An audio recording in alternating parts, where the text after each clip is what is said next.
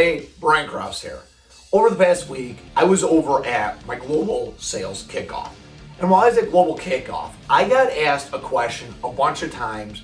Hey, Brian, if you were an SDR, how would you go about getting meetings so you could crush your quota of setting meetings? I thought that was kind of an interesting question, something I've definitely talked about many times in my life. Now you might ask, like, hey, Brian, I hear you talk about technology all the time, how to secure networks, zero trust identity security. Yes, that's what I do. Ultimately, I am a salesperson, but as a salesperson, I'm not selling used cars. What I'm doing is providing very real solutions to make the world a better place. Now, I've been in sales a long time. I mean, I have been a cold caller. I have been a regular sales rep selling, just anything technology. I've been a technical security person. I've been in channel management, which is what I do now. Now I know channel management is kind of a strange sounding thing. Sounds like I sell used auto parts across the Midwest. There are some channel managers that do that.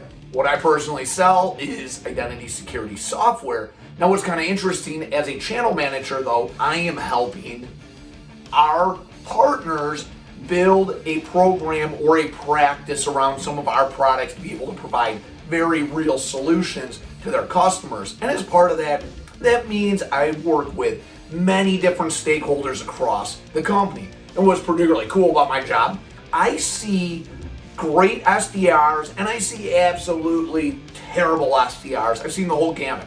And these people have, over the years, time and time again, helped me hit my quotas, because I'm always just told, hey, Brian, you got to go hit X number of millions of dollars. Sometimes it's small, like you got to hit $2 million for the year. Other times it's been real huge, where you got to hit $100 million for the year. It doesn't really matter. All I'm ever told is hit this number, go figure a way to do it. And part of my strategy is always working with an SDR. Now, real quick, what the heck is an SDR? That stands for Sales Development Rep.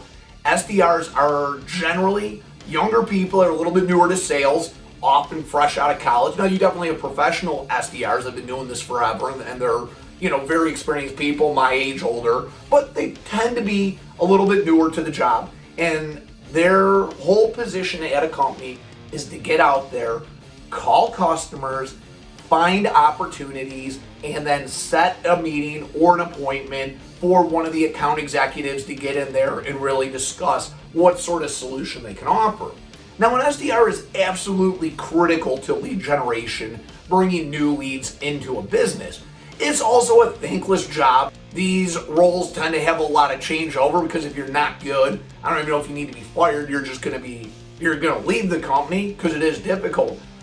But an SDR that is effective can really be an absolutely awesome asset for a company who employs them, which is literally every single company in every industry out there.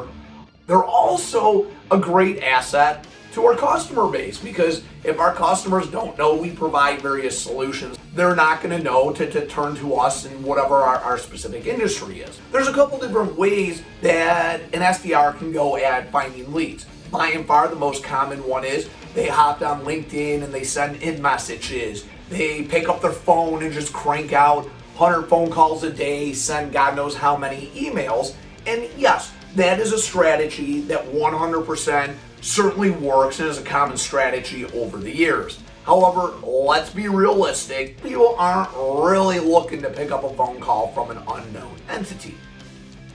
If you're an SDR, that's not really a good thing to hear, because that makes your job very difficult.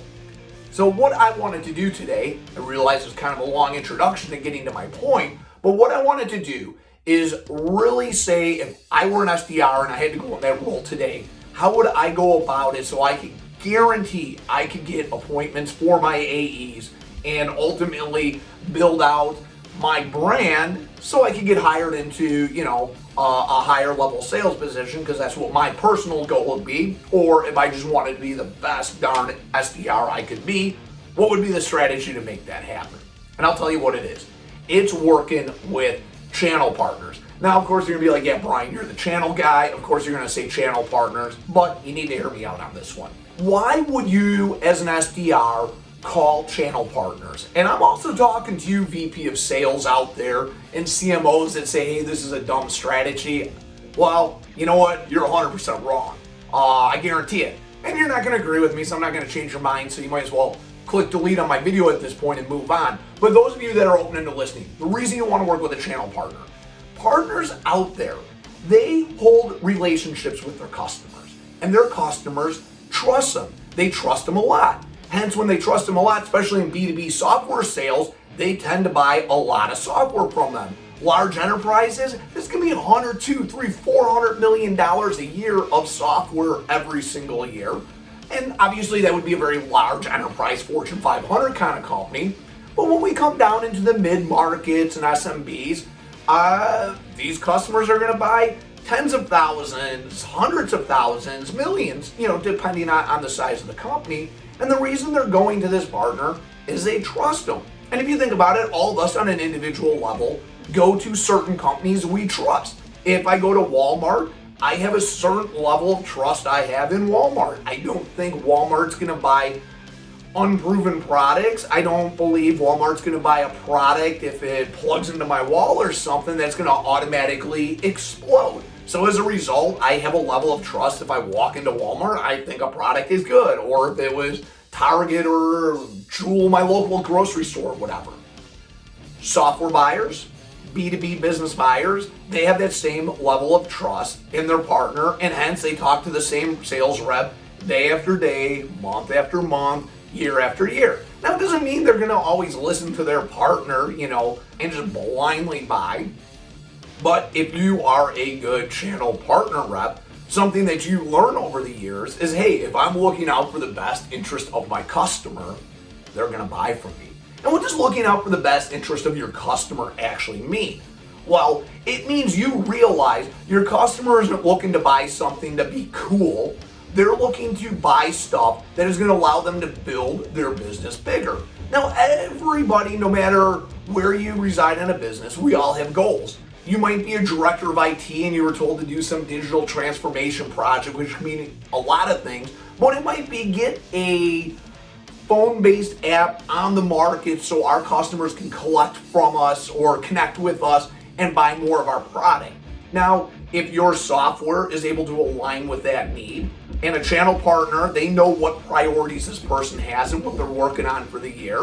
If it aligns and helps them achieve this goal, they probably want to talk to the vendor of that partner. And that's exactly where I'm leading to with this whole conversation. If you are an SDR, you can blindly call out to customers. And you're going to hit a couple every so often, right? Blind squirrel gets a nut kind of concept. However, if you really want to do good, what I would highly, highly recommend, talk to your channel managers that work at your company. Now, all companies, I shouldn't say all, but most companies that sell through partners, they're always going to be the successful companies that tend to be bigger because there's a reason people do that. If you think about it, you don't go and call Iran to go buy a barrel of oil or something like that. It gets distributed through OPEC to BP that gets processed and you buy it from your local gas station, right? That's a distribution model. Same thing in business to business sales with a channel partner. Customer, goes to the partner who goes back to the manufacturer, and us in the manufacturer world, it's easiest for us to scale because we have these partners that have lots of sales reps. So, SDR, what you do, you talk to your channel manager. He or she is the person that is responsible for managing the relationship between your company and that partner. You ask them to introduce you to 10 or 20 of that partner's sales reps. And you ask them to introduce you to these sales reps that fit your target market. Obviously, if you sell into SMB markets, you ask to be introduced to the SMB sellers. If you're in the enterprise, you go to the enterprise or whatever your market space is. Now, what's going to happen next? The channel partner, they're probably going to take your call because if your channel manager or CAM, channel account manager, is worth his or her weight in newspaper, they should have lots of contacts, they should be good at their job, and these partners should want to take their phone call. You're going to get an introduction. At this point, you're going to be given 15 minutes, and during these 15 minutes, you're going to pitch what your value is. You need to prove that you're trustworthy, that you care about them, and you care about doing right to the customer.